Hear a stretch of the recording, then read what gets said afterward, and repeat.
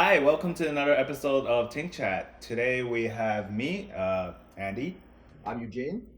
and we're here to actually talk about a very important subject right now. I would say pressing matter, really. Yeah, Before we get into that, though, moving forward in TinkChat, we're going to break down our topics in the description below yep. with timestamps. So if you guys are particularly interested in a specific area that we talk about, Mhm. check that out first. You can jump straight to it. Yeah. Saves you a little bit of time, so you don't have to go through 20 minutes. Unfortunately, for people that are tuning in on Anchor or Spotify, that feature won't be available for you. You'll just hear us talk Yeah. for the next 20 minutes. So the important topic that we want to talk about is this whole coronavirus COVID-19 thing that's really happening around the world right now.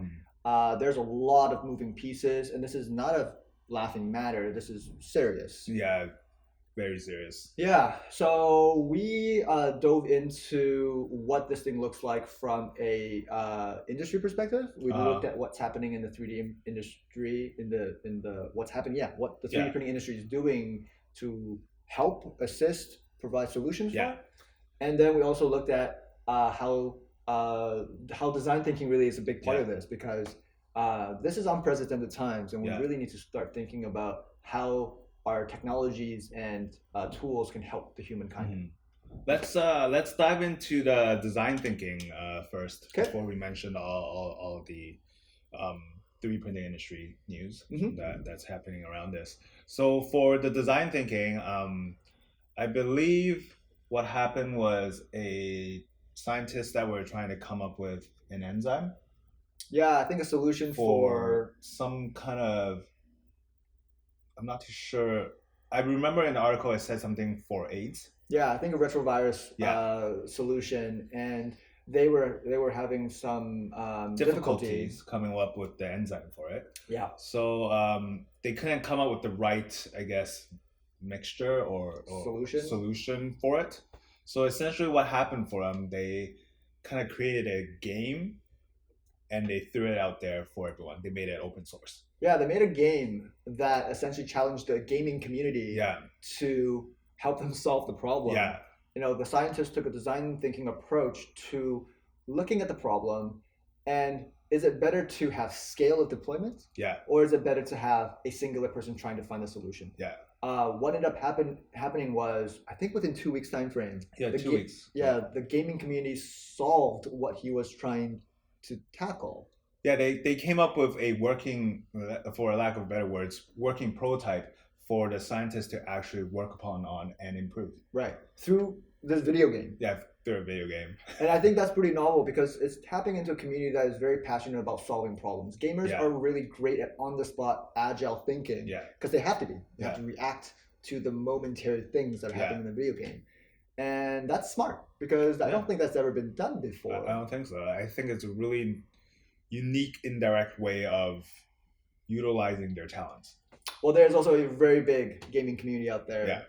And, you know, if anything that we've seen with regards to, there's a big conference that comes up every year for gamers to go and get donations.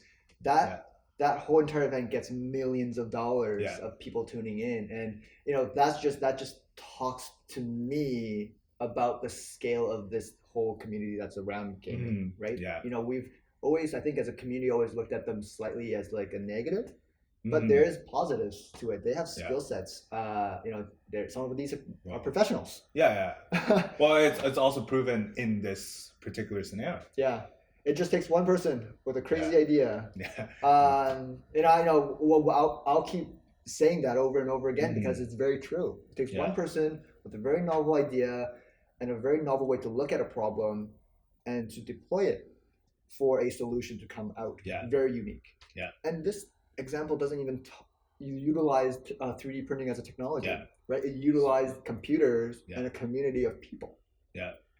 Which is, I think, fun. You know, I find it pretty awesome, pretty cool to do that. Jumping back a little bit. Jumping back into 3D printing industry and what they're doing for COVID-19 right now. For the first topic we're going to talk about is actually very closely linked to our first episode of TinkChat. In the first episode, we mentioned about 3D printing houses. And we actually saw this in practice in China, actually. Right. we talked about where the 3D printing homes are going, regulations around this. We talked about what the potential use case of what 3D printing homes may be, and we talked a little bit about disaster relief. Yes. Right, earthquakes and places like that. And recently in China, they 3D printed, I think, about 100 square meters. I don't know what that is in square foot. I don't know either. We can probably calculate. It just looks like a very big cube.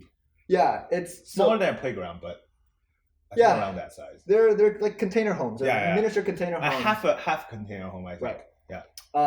They 3D printed majority of the actual structure, and then they went in and fitted the windows, the shower, the AC. Yeah. All with the purpose of helping people self-isolate. Yeah. Right? And this whole, self-isolation is about reducing spread. Yeah. And if people get sick, what do?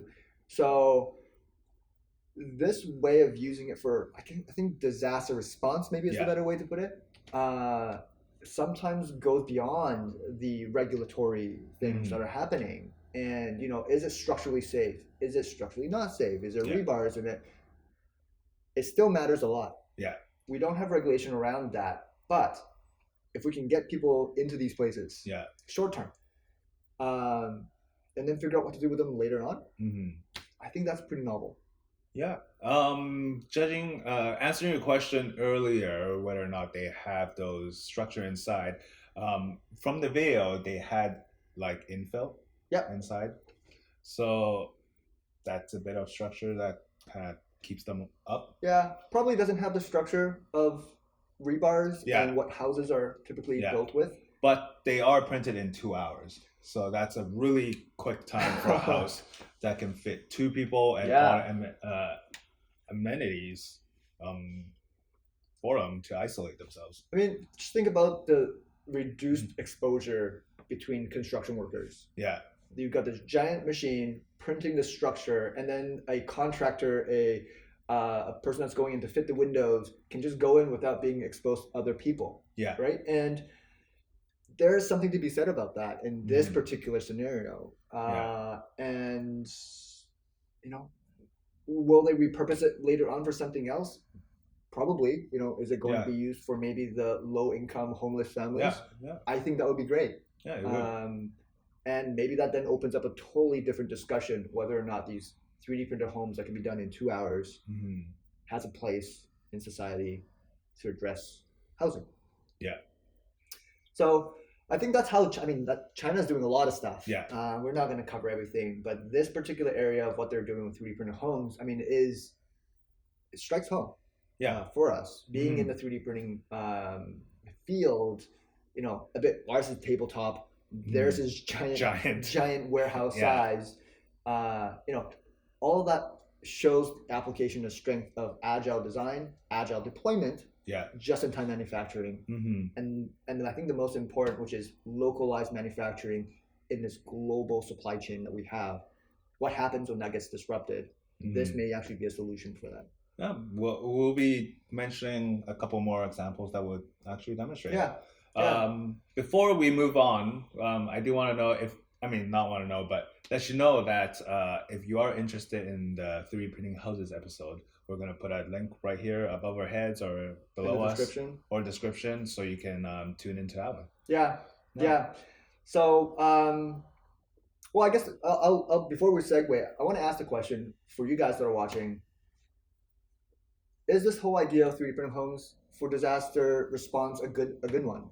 Leave that as a blanket out there, because if it is, then we really should get more government policymakers to really look at that. And if it's worth exploring, not just for the speed and cost reduction, but this really pressing thing that's knocking at our doors right now.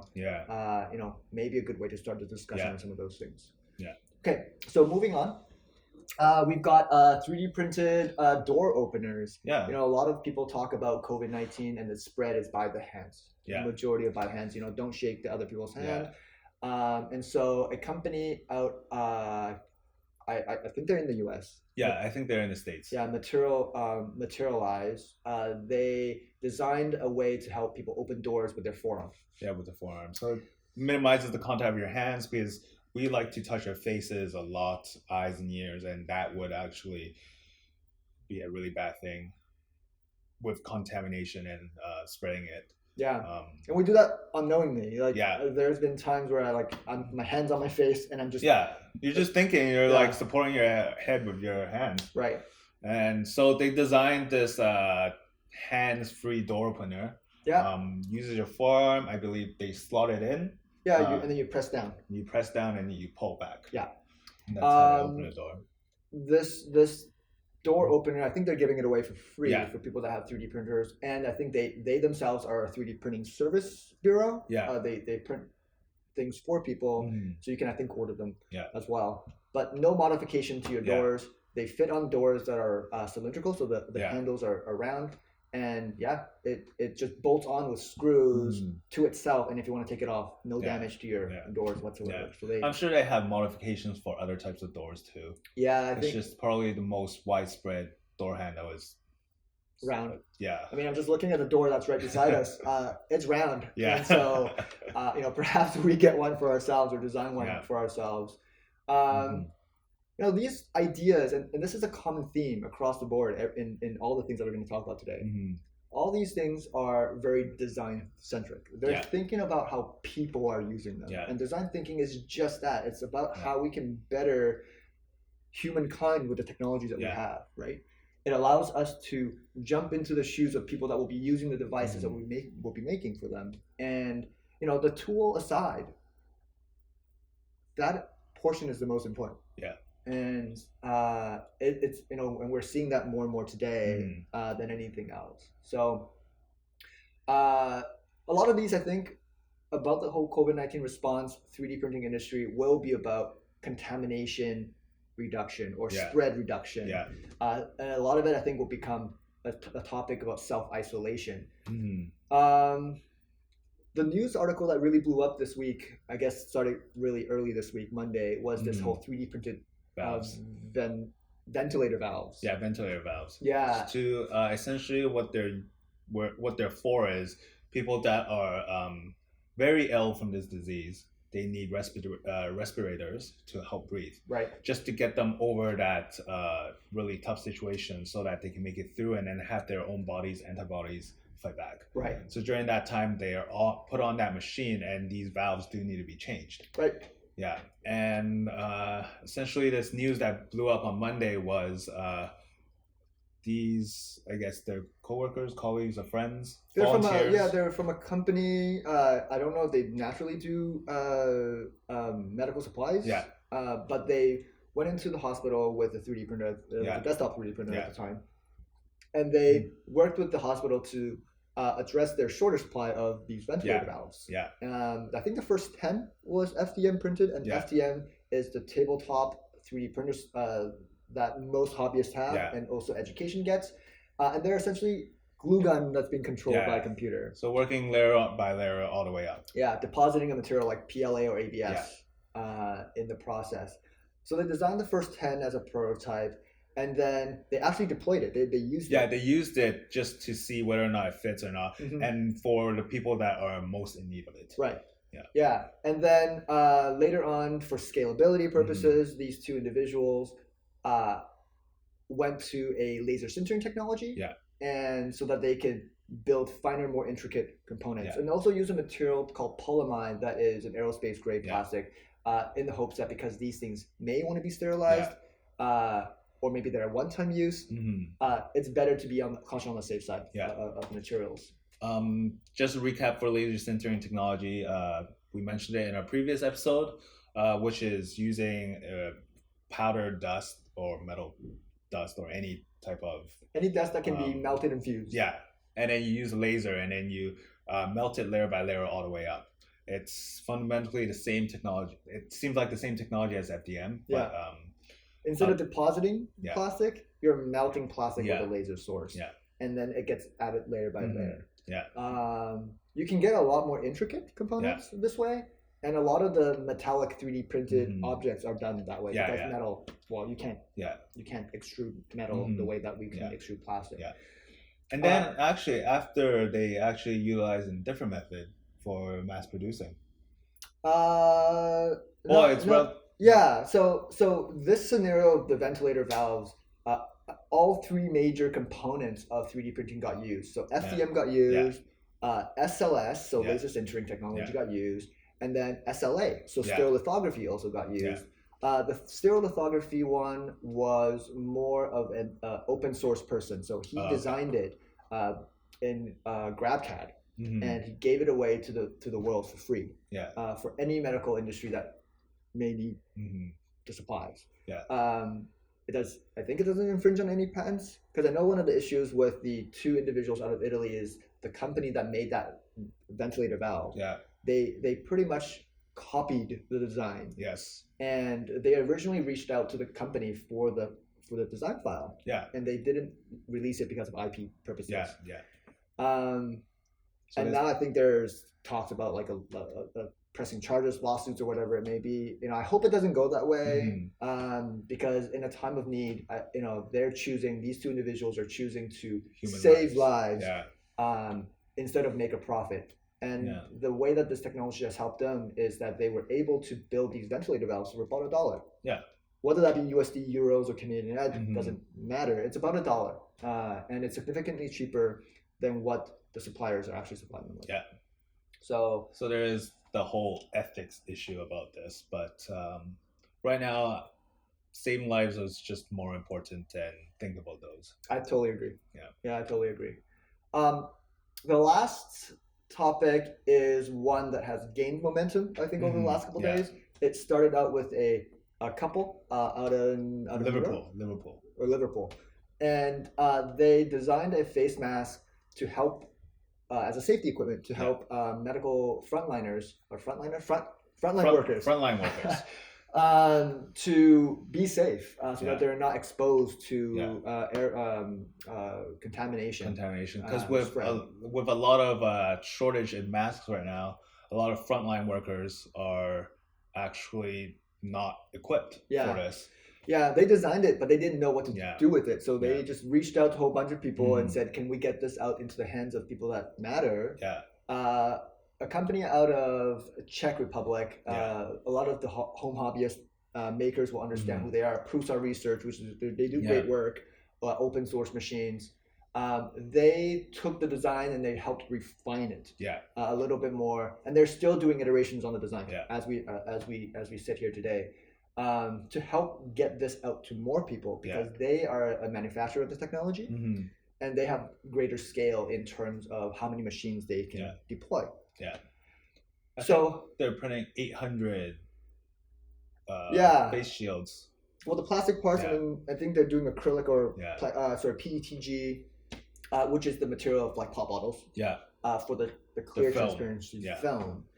And so they are retooling their manufacturing plant for that and getting that deployed. Supply chain becomes a component of this whole entire thing as well, because they don't make the plastic for the face shield, or the strap that goes behind the head. And now it's about a race to get this thing into the hands of the frontline workers. And also, just today, and because we as a company are in the same industry, education tech, which is important for us in terms of design thinking, 3D printing, and skills development, we put an initiative together to also help the frontline workers as well. And so, effective today, Tinkerine is also putting in a program to get and design medical supplies that are in short need to the hands of those that are helping the sick, the ones that are that have contracted COVID-19, keeping them safe, because we need them to be safe. So Tinkerine is doing that too. So we are looking to help anyone in Canada that's having shortage, or any hospitals or health sector. If they need any information or need help on designing something, we can always work together. We have designers at the office, we have 3D printers, so we can ramp up and actually come up with a prototype and start producing them to help with this pandemic. What's actually really important is we understand 3D printing, we understand design very well. We don't understand the complex intricacies of what's happening in the medical industry, and working with medical professionals to get the solution done right is the utmost importance in our opinion. There's a shortage for sure in terms of safety equipment. We want to make sure people are safe, and we will do everything we can to connect with those medical professionals. In the midst of kind of how everything's unfolding, we'll probably be putting together a medical professional advisory group of sorts to help advise us before the parts even run out. We want to be way ahead of the curve. Yeah, just to make sure that we actually meet the requirements that they need. Yeah, just to make them alleviate this whole situation for them. Yeah, there's a lot of stuff going on in regards to 3D printing in the industry. This technology is really great at localized, just-in-time fabrication. That's the beauty of 3D printing as a tech. The element that comes out of that then is there are going to be industries that are going to be impacted by this virus. And how can we leverage design thinking alongside this powerful technology? It allows us to design, change, modify, be agile to help not just the medical industry, but companies that now will be hit with a supply chain issue. Companies that will now have to deal with, jigs breaking that they can't get fixed right away because some companies are going to be, deemed non-essential. This tool could be a bridge tech, but it could also be a much longer tech to really look at global supply chain as a question and a solution for some companies that may want to bring some of those stuff in-house. For me personally, I just think it's really nice to actually see the whole community, the local community come together to come up with solutions for this time. And helping each individual to get through this.